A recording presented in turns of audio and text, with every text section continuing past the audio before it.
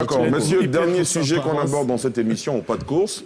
Alors, il est question de la mention orientation sexuelle qui a été retirée du projet de modification de l'article 226 du Code pénal sur les discriminations. Un groupe parlementaire de l'opposition dénonce une mise à l'écart des homosexuels.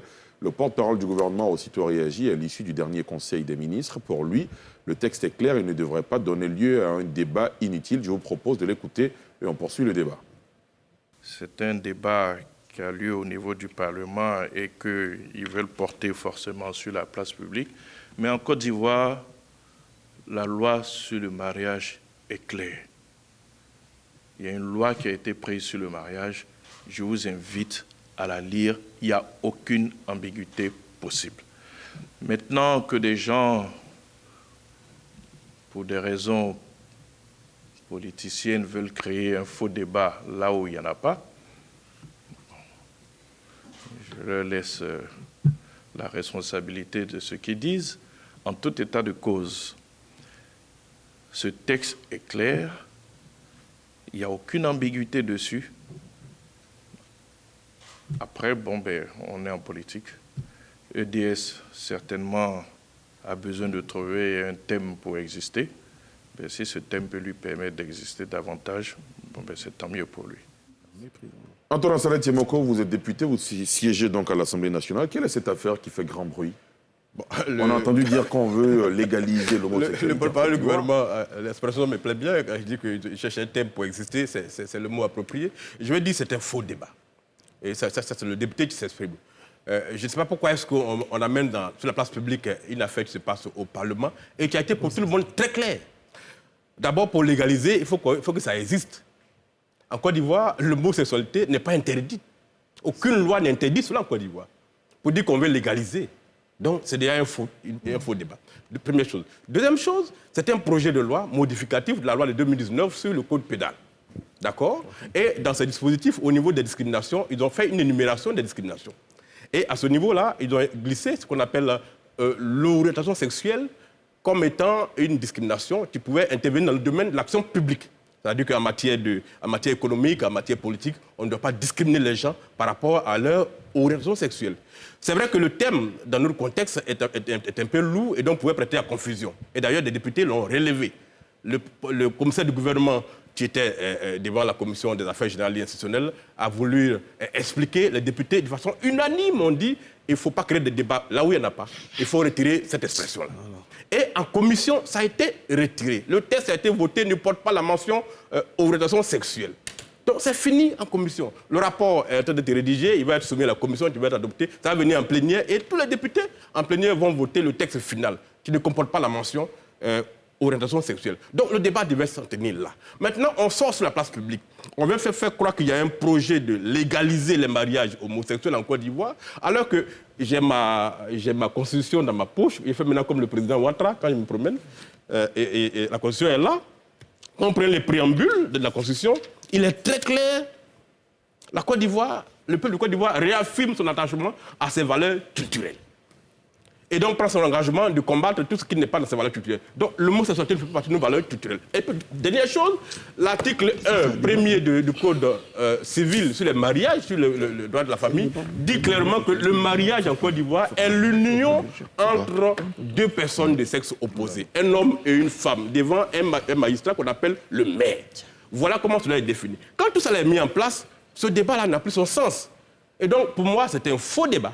Les députés n'ont pas cherché à légaliser l'homosexualité en Côte d'Ivoire. D'abord, ce n'est pas interdit. Chacun est libre de faire ce qu'il veut dans le cadre de 4 murs. Dehors, c'est une atteinte aux bonnes mœurs, donc ça peut être sanctionné. Donc c'est très clair pour tout le monde. Maintenant que chacun veut faire comme s'il amenait un combat pour interdire cela au Parlement, eh bien, il peut faire ce qu'il veut. Oui, Arthur? Bon, moi je pense que on fait un débat qui va revenir tôt ou tard. Dans l'évolution du monde, dans l'évolution de notre société, ça va revenir. Pour l'instant, je suis bien d'accord que notre société, elle n'est pas tout à fait prête à ça, je le dis, mais ça va revenir. Ce n'est que... c'est des questions qu'on va poser dans même pas 5-10 ans qui vont revenir dans le débat. Est-ce que le gouvernement n'a pas voulu le faire aujourd'hui, mais que notre société s'apprête, comme on ne s'est pas apprêté pour les Uber, comme on ne s'est pas apprêté pour les docteurs, Apprêtons-nous pour ça. C'est un débat qui va avoir lieu. D'accord. Et la marche, pour moi, elle est quasi imposée, elle est quasi irréversible, tôt ou tard, mais même pas d'un grand tard. C'est des questions qu'on va se poser. D'accord. Eddy? Alors moi, j'aimerais me mettre à votre place, Ali, et puis interroger le député sur qu'est-ce que l'orientation sexuelle finalement. Voilà. Si tant est-il que ce n'est pas connoté et chargé de tendances homosexuelles, qu'est-ce que l'orientation sexuelle pour que... Non, je me pose la question. Oui. Qu'est-ce que l'orientation sexuelle pour que finalement la mention soit retirée sous la pression de certains parlementaires? Donc c'est qu'il y a un problème. Ça c'est un. De deux, on me parle de débat au Parlement qui n'aurait pas à se retrouver sur la place publique. Vous êtes les représentants de la nation, vous débattez en invitant le peuple. Je veux dire, vous ne le faites pas de façon ésotérique mais exotérique. Donc tout ce qui concerne, vous êtes justement mandaté par le peuple pour débattre de ses préoccupations. Donc il est certain qu'à un certain moment, ce dont vous débattez se retrouve sur la place publique. Orientation sexuelle, c'est la première fois que les Ivoiriens en entendent parler. Pourquoi est-ce que ça a été ajouté? Pourquoi ça a été retiré? La question demeure. D'accord. D'accord. C'est une colle, je vois beaucoup de doigts en l'air. Allez-y. Je m'inscris en faux lorsqu'on me dit que c'est la première fois que les Ivoiriens entendent parler d'orientation sexuelle. Prenons l'article 4 de la loi 2015 relative au Code du travail. D'accord. La loi dit qu'on ne peut pas, sur la base raciale, sur la base de l'orientation sexuelle, sur la base de... Pourquoi c'est pas ça?